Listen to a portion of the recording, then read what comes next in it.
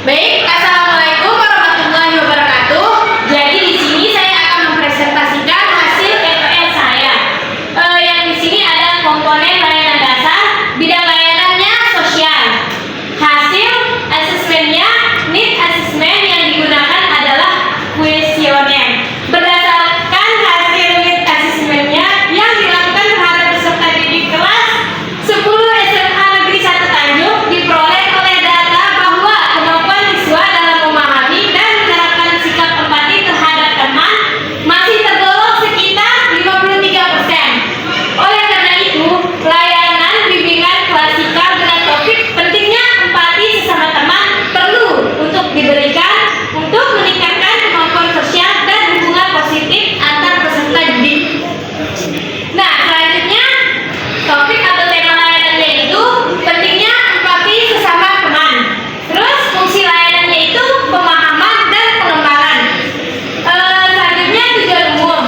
Peserta didik memahami arti penting empati dan mampu menumbuhkan serta menerapkan sikap empati dalam pergaulan di lingkungan sekolahnya. Terus tujuan khususnya yang pertama, peserta didik dapat menjelaskan pengertian empati dan perbedaannya dengan simpati. Dan yang kedua, peserta didik mampu mengenali perasaan dan kebutuhan orang lain. Yang ketiga, peserta didik mampu menunjukkan contoh perilaku empati dalam kehidupannya sehari-hari. Terus yang keempat, peserta didik memiliki kesadaran untuk membantu dan menghargai teman yang mengalami kesulitan. Terus yang kelima, peserta didik mampu membangun hubungan sosial yang positif dan harmonis. Selanjutnya ada SKKPD wawasan perilaku etis.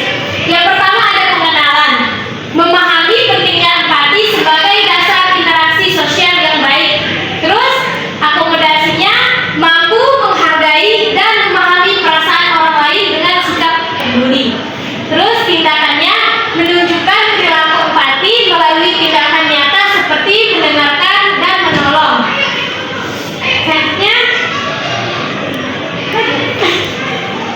sasaran layanannya itu peserta didik kelas 10 dan 11 SMA Negeri 1 Tanjung. Jumlah peserta didik sebanyak 30 orang, 15 laki-laki dan 15 perempuan. Oke, sebelum kita mulai ke pembahasan materinya, kita terlebih dahulu explaining dulu ya. Jadi explainingnya itu kasih W, kasih ke, kasih W, wow. Nah, ulang ya.